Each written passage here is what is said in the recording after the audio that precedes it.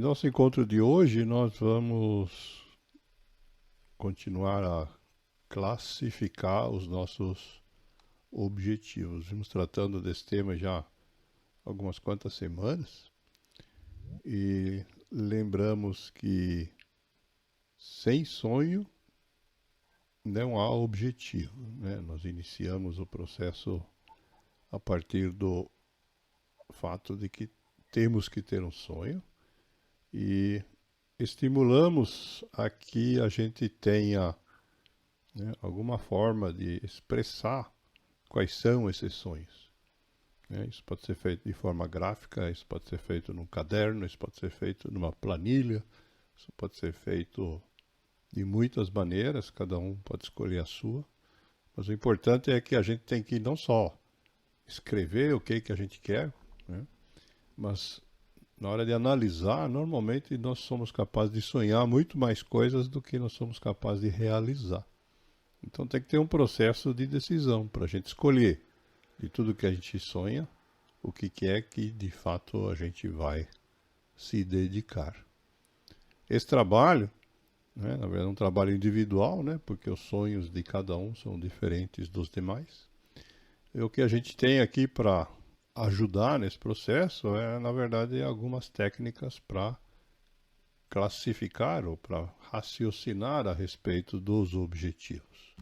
Alguns deles nós já conversamos e vamos introduzir mais alguns, né? Por exemplo, nós já conversamos sobre os círculos sociais, né? Saber em que área da vida se aplica o objetivo, certamente é uma forma de classificar, até para que a gente possa viver uma vida equilibrada, né, entre todos os aspectos envolvidos.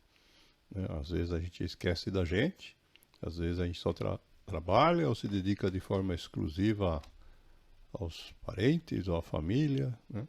Então, quando a gente classifica os nossos sonhos dessa forma, a gente consegue olhar para o panorama e verificar, né, onde que a gente está exagerando e onde que está faltando.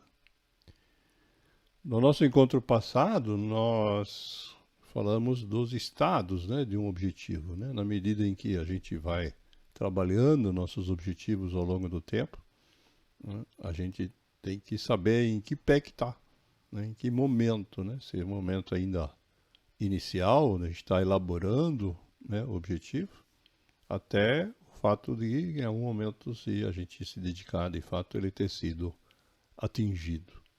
Nós temos aí detalhes que nós não vamos repetir, né? Quem não viu, eu recomendo o vídeo da semana passada, né? Falando em detalhes disso, né? A gente tem aqui no quadro amarelo o processo mais habitual, né? Os estados que a gente usa nos objetivos quase sempre. Em azul, aqueles que a gente usa quando a gente trabalha em equipe, né? Que podemos ter outras pessoas envolvidas no processo.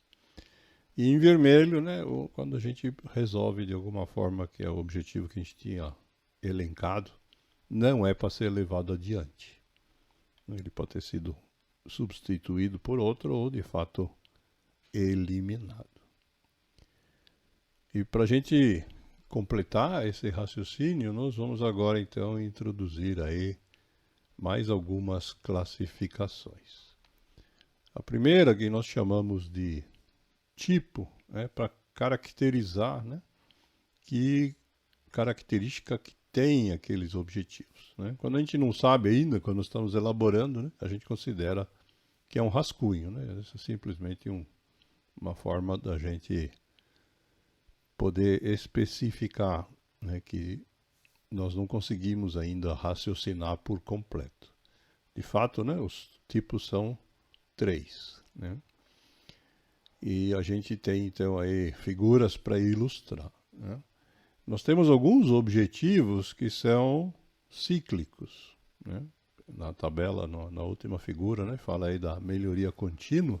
É um exemplo, né, de como que nós temos coisas que a gente se propõe a fazer e que nós nunca terminamos, porque elas exigem que a gente sempre continue trabalhando, né? Seja no processo aí de melhoria contínua, numa atividade que a gente desenvolve, seja em lidar com o nosso dinheiro, né? Seja em tomar cuidado com a saúde, né? Existem um monte de objetivos que a gente se coloca que são cíclicos, né? Isto é, quando a gente for pensar em elencar as ações, né? Mesmo, nós nunca vamos poder dizer que foi atingido totalmente, né? A gente sempre vai ter que pensar em fazer mais coisas, né? Mesmo que entre essas coisas que a gente tem para fazer tenha um intervalo mais longo ou menos longo. Os outros dois tipos não, eles têm um final predeterminado, né? Entretanto, a forma como terminam são diferentes, né? Quando a gente fala de um objetivo de desempenho, significa que a gente escolheu atingir determinado objetivo que está no nosso controle. Por exemplo, se eu estou estudando um curso qualquer e eu vou ser submetido a uma prova, então o meu objetivo de desempenho é ser aprovado na prova, eu tirar uma nota maior ou igual ao mínimo necessário para poder ser aprovado, né? Esse processo está no meu controle. Se eu não estudar, se eu não me dedicar tempo suficiente, obviamente não vou atingir, né? Esse objetivo de desempenho ele também pode ser aplicado em marcas esportivas, né? A gente, em determinada prova, marcar um determinado tempo, coisas desse tipo. O que a gente chama de um objetivo de resultados é parecido com o desempenho. O detalhe é que chegar lá pode não depender exclusivamente da gente. Por exemplo, né, se a gente está estudando num curso universitário, nós provavelmente temos o objetivo de, em algum momento, conseguir um emprego numa determinada empresa ou num determinado, uma determinada atividade relacionada com o nosso estudo. Acontece que conseguir esse emprego não depende só da gente, depende de alguém colaborar para que isso aconteça, né? Então, a figura, né, ilustra uma outra situação, né? Eu quero ser o primeiro em determinada atividade, não pode ser esportiva ou qualquer tipo de competição. Não depende só da gente, né? Porque nós estamos competindo com outras pessoas e as outras pessoas podem ocupar esse lugar na frente da gente, né? Então, isso é uma forma, então, da gente classificar os objetivos pelas características dele, né? Primeiro, se ele tem fim ou não tem, e se ele tem fim, então saber se isso depende só da gente ou não. Outro aspecto que é importante a gente raciocinar para saber administrar os nossos objetivos é ter uma noção, né, de quanto tempo que a gente vai ter que se dedicar a eles.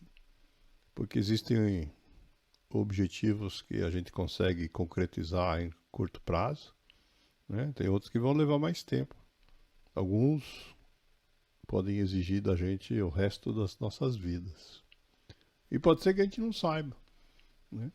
A gente conseguir enxergar, né, como a figura ilustra, né, o horizonte de tempo, né, até onde que a gente vai ter que se dedicar, é uma forma bem interessante, né, da gente raciocinar a respeito do nosso conjunto de objetivos, para que a gente possa, então, fazer a escolha, né, quais deles a gente vai se dedicar, em qual ordem, quais nós vamos, de fato, tocar para frente e quais não, certo? É uma escolha individual, mas que tem que ser baseada nesse tipo de informação. Outro aspecto que muitas vezes é esquecido são as emoções, né? Toda vez que a gente pensa em fazer alguma coisa, né, a gente sonha com alguma coisa, isso desperta emoções na gente, né? Quando a gente encontra nos nossos sonhos um objetivo que está alinhado àquilo que a gente ama de paixão, então geralmente a emoção que desperta é o entusiasmo. Mas pode haver casos onde é o contrário. Eu sei que eu tenho que fazer aquilo, né? Mas a minha dedicação é uma rotina que é parte. Mas eu não tenho nem paixão, mas também não odeio o negócio. Pode ser que eu faça porque eu sou obrigado, né? Então a gente tem que tomar cuidado com isso, né? Tem que saber, né? Na hora de escolher, tem coisas que são necessárias e que nós não gostamos de fazer. Tem outras que, se a gente não gosta, né? A nossa emoção é negativa, né? A gente chama de decepção, né? Nós podemos até tomar essa decisão. Olha, eu tenho que fazer, mas eu vou cair fora, vou abandonar isto assim que possível, né? E em caso de dúvida, é claro, nós podemos nos declarar indecisos a respeito de um objetivo que a gente está ainda pensando, elaborando, né? É importante saber disso, né? Porque a gente não vai conseguir sempre trabalhar apenas com o objetivo que desperte em nosso entusiasmo, né? Tem muitas coisas que a gente precisa fazer porque a gente é obrigado, né? Pensem nos exemplos mais triviais, né? Cuidar da saúde, tomar banho, né? A gente é obrigado. Tem gente que gosta de tomar banho, tem gente que não gosta, mas todo mundo precisa, né? Certo? Quem não toma banho acaba sofrendo aí consequências de vários tipos, né? Então, de alguma forma, é uma obrigação que a gente tem. Resumindo, então, né, só para a gente relembrar, né, nós temos aí 5 categorias, né, para classificar os objetivos, né? Onde eles se aplicam, em que ponto do processo a gente está, de que tipo eles são, quanto tempo vai durar e qual a emoção que eles despertam na gente. O exercício, né, de classificar cada um de nossos objetivos, obviamente, não dá para ser ensinado, porque quais são os objetivos a gente não sabe, né? Então, se você vem acompanhando todo esse processo de elaboração de objetivos, este é o momento de pegar uma ferramenta, como esse caderno que está na tela, ou qualquer outra que você prefira, e fazer com que ele deixe de ser um caderno em branco, um caderno novinho em folha, né? É bom fazer uma lista, né, com os objetivos e pegar, né, revisar essas classificações que a gente dispõe para entender de tudo que a gente tem como objetivo, né, em que situação que se encaixa, para que de fato a gente possa escolher, né, porque a nossa vida não é simplesmente ir atrás de um objetivo, né? Nós temos que lidar com vários. E quais deles que a gente vai lidar, cada um de nós escolhe.